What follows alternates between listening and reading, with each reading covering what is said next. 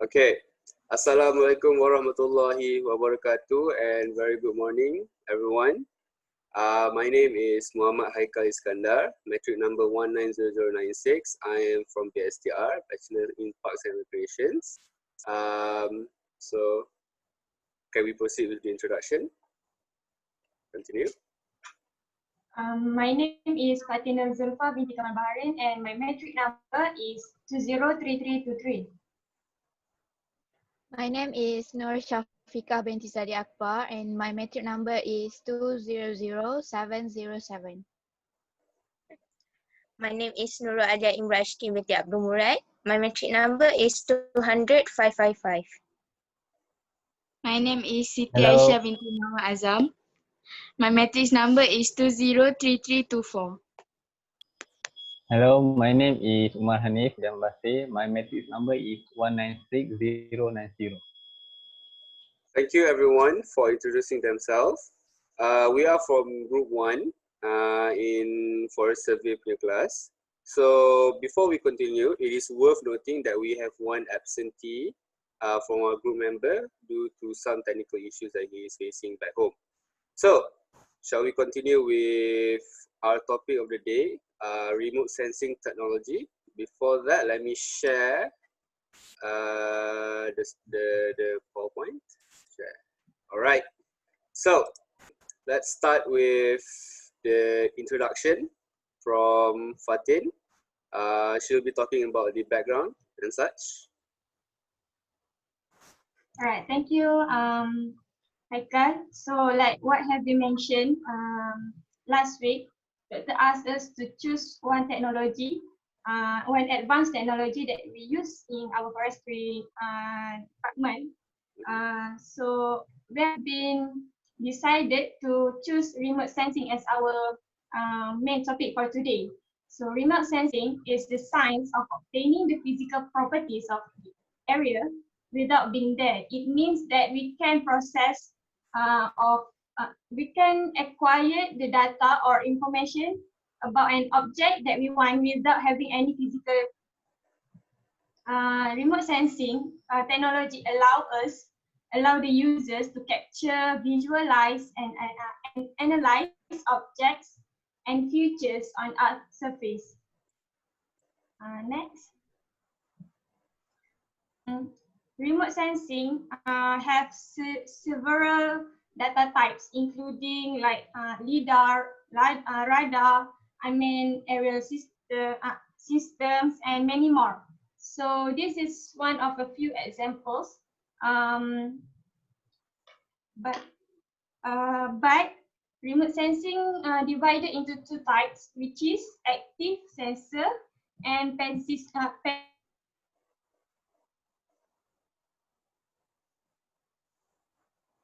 Hello. They measure the reflected light.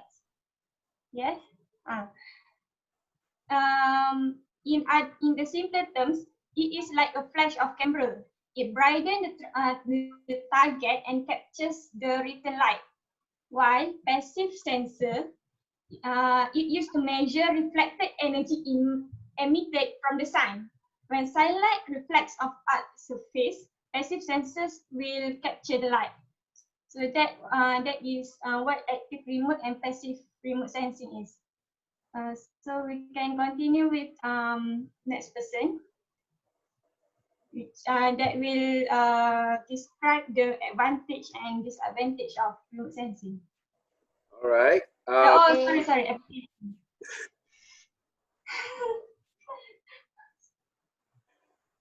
So can we continue?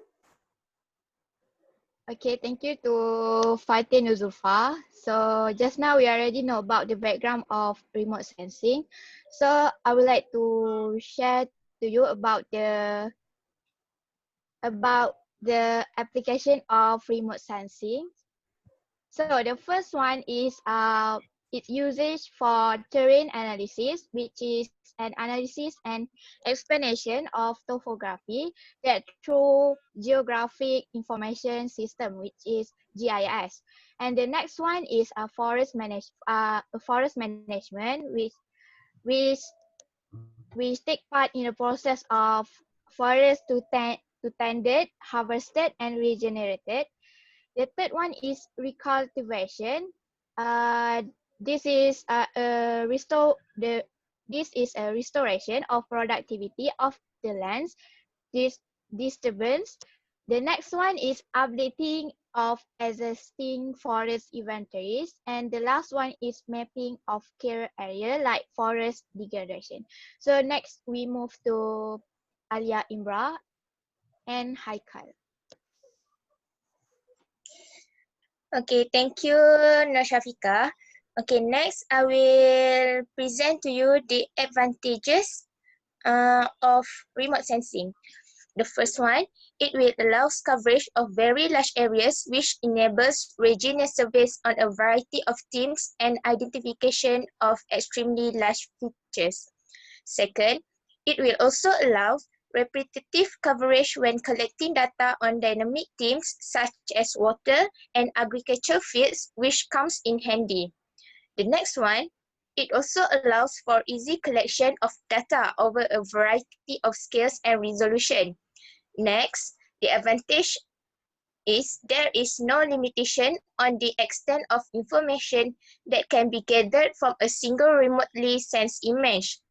And the next one, the data can easily be processed and analyzed fast using a computer, and the data utilized for various purposes.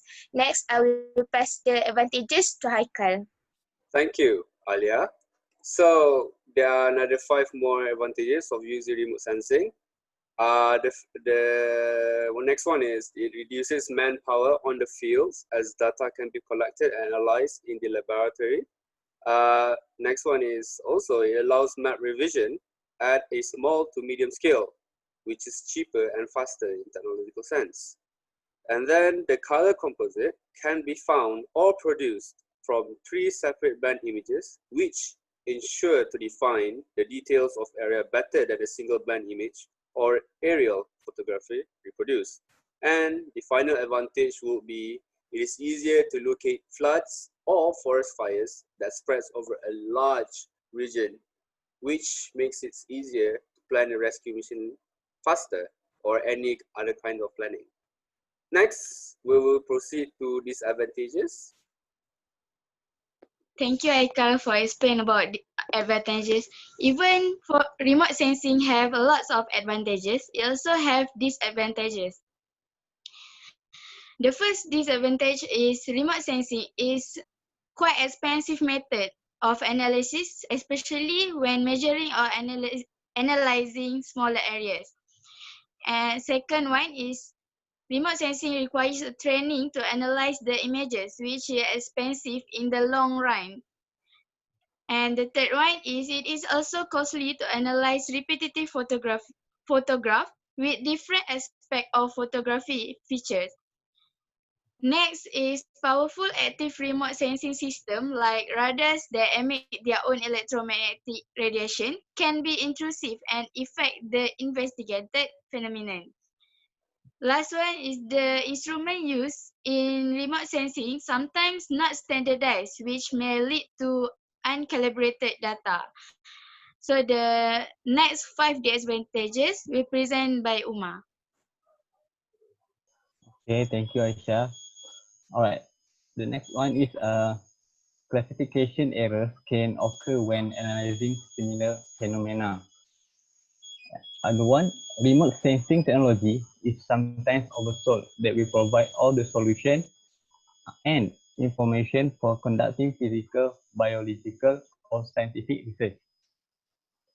The other disadvantage of this remote sensing is that information that provided by remote sensing may not be complete and it just temporary.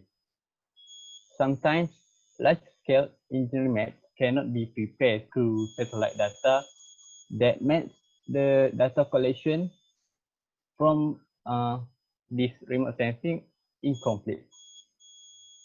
And the last disadvantage is that humans need to choose the type of sensor, specify the resolution and calibration of this sensor, and then select the platform to carry the sensor determine when the data will be collected. So therefore, human may be doing some mistake by misusing of this remote sensing. Okay, that's all. All right. Thank you, Umar. Thank you, Aisha. Yeah, So you're this welcome. is the end of our presentation. Now for the Q&A session, since we have a bit more of time in about 4 minutes or less, so we will be discussing only on one question that remains in this topic. So in everyone's opinion, what do you think of the remote sensing technology in the future of our industry? Is it a staple technology that's going to grow big? Will it take over the workforce? Anyone has any opinion?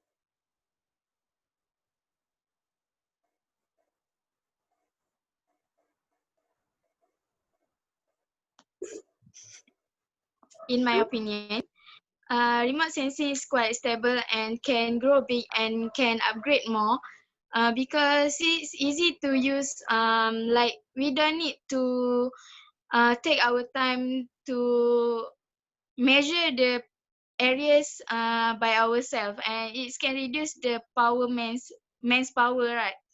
So it's easy for big company or in forest management uh, in our industry. True that. I support that.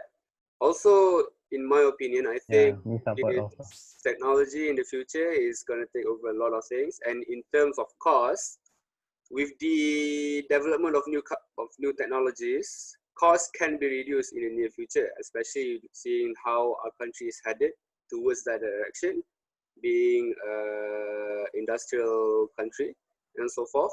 So yes, I think this technology, remote sensing, has a big impact. It's going to be a big impact onto the world and onto our country in terms of mapping out the areas lah. Anybody else would like to give in their opinions and what they think about this technology? Well, I agree with both of you that I think that remote sensing cannot be escaped in the future as the technologies keep improving, and I believe that one day this technology also will keep improving itself. Like we will still use the computing power and so on. So, I believe that remote sensing is very important for us, especially in our forestry department, to do survey and measure and so on. Okay, thank you, Fatin. So I think this is the end of our discussion. Thank you everyone for participating. Thank you. It is a very insightful presentation. Thank you everyone. So bye. Bye. Bye. Bye. Thank you.